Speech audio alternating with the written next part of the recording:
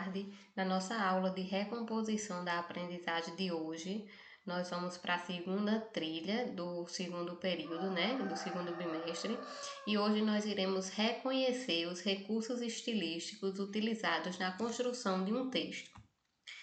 E quais são os nossos objetivos de aprendizagem para hoje? Ao final dessa aula, vocês serão capazes de identificar os principais recursos estilísticos, que são as figuras de linguagem, por exemplo, as metáforas, personificações, paradoxos, entre outros, presentes em textos de diferentes gêneros.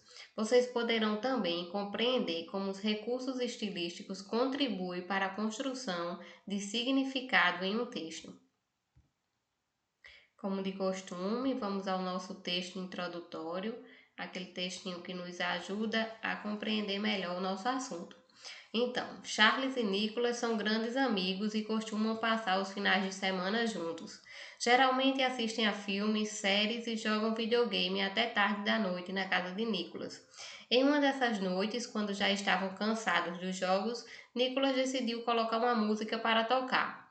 Apaixonado pela canção Amei Te Ver, do cantor Thiago York, ele começou a reparar em detalhes da letra que antes lhe haviam passado despercebidos. Charles comentou: Nicholas, já percebeu como essa música tem expressões curiosas?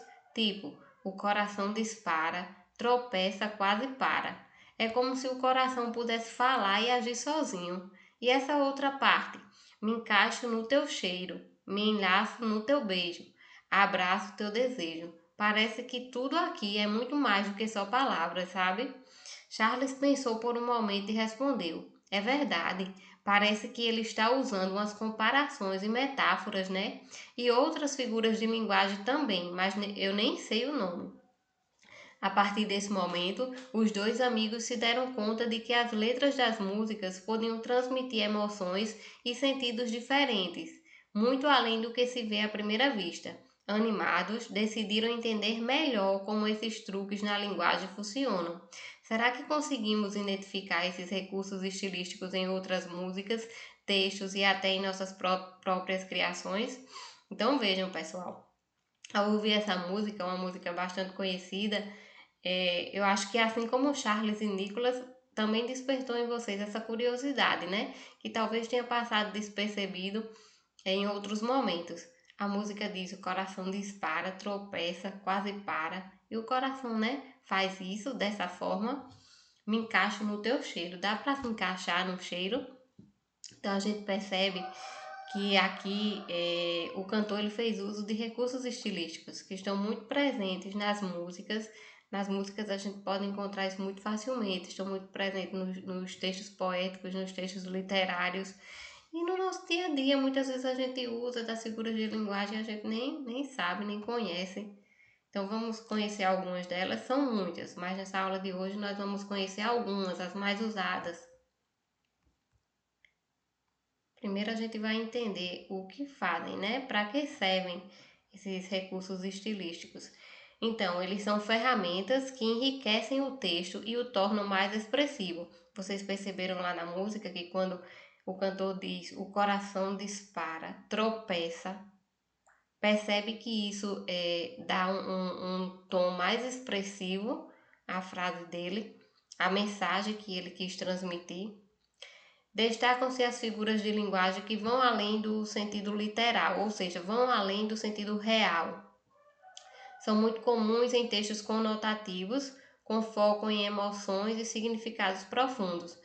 Então, são muito usados naquele momento que a gente quer transmitir as nossas emoções, né? Mostrar os nossos sentimentos mais profundos, dar ênfase àquele texto, dar aquele tom mais expressivo. E aí eles permitem criar imagens, comparações e intensificar ideias. Nessa aula a gente vai ver figuras de linguagens como a metáfora, a personificação, a anáfora, a antítese, a sinestesia e o paradoxo. Vamos começar, portanto, com a metáfora. Uma metáfora é quando se usa uma palavra ou uma expressão em um sentido figurado, com o objetivo de criar uma relação de comparação implícita. Ou seja, a comparação existe ali, né, mas ela não está explícita. A personificação ou a prosopopeia, que também pode ser chamada assim, ela ocorre quando algo inanimado ou abstrato ele ganha características humanas. Quando a gente dá características nossas, características de nós que somos humanos, a seres inanimados. A anáfora ela consiste na repetição de uma mesma palavra ou expressão no início do verso, de frases ou de orações sucessivas. Ela é muito usada em textos poéticos e discursos, e ela serve ali para dar ênfase, para criar um ritmo, para reforçar mesmo uma ideia. Por isso essa repetição no início da frase, no início do verso, no início da oração. E já a antítese, ela consiste em colocar ideias opostas lado a lado para enfatizar um contraste. Esse recurso ele é usado para dar mais expressividade ao texto, evidenciando a tensão ou as diferenças entre os conceitos opostos. A sinestesia ela consiste em misturar ou associar sensações de diferentes sentidos, né? Os nossos sentidos, a visão, a audição, o olfato, o paladar e o tato. Ela mistura esses sentidos ali para intensificar uma experiência sensorial ou uma experiência emocional. Então esse recurso ele cria uma imagem rica e complexa e estimula a imaginação do leitor ou do ouvinte. O paradoxo ele reúne duas ideias ou conceitos aparentemente contraditórios ou opostos, mas que ao serem analisados mais profundamente, eles revelam uma verdade e uma nova perspectiva. Ou seja, é aquela afirmação que à primeira vista parece ser absurda, parece ser impossível, mas quando a gente reflete sobre aquilo, faz sentido.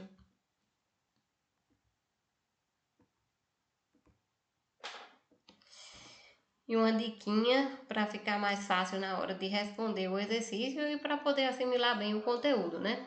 Os recursos estilísticos, eles ajudam o autor a expressar ideias de forma mais criativa e marcante. Ficar atento às figuras de linguagem é importante porque elas revelam as emoções, elas criam imagens e dão mais força à mensagem do texto.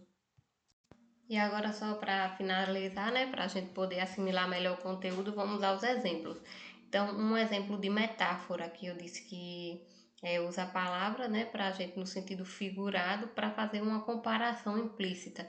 Quando eu digo, por exemplo, essa criança é um anjo, esse menino é um anjo.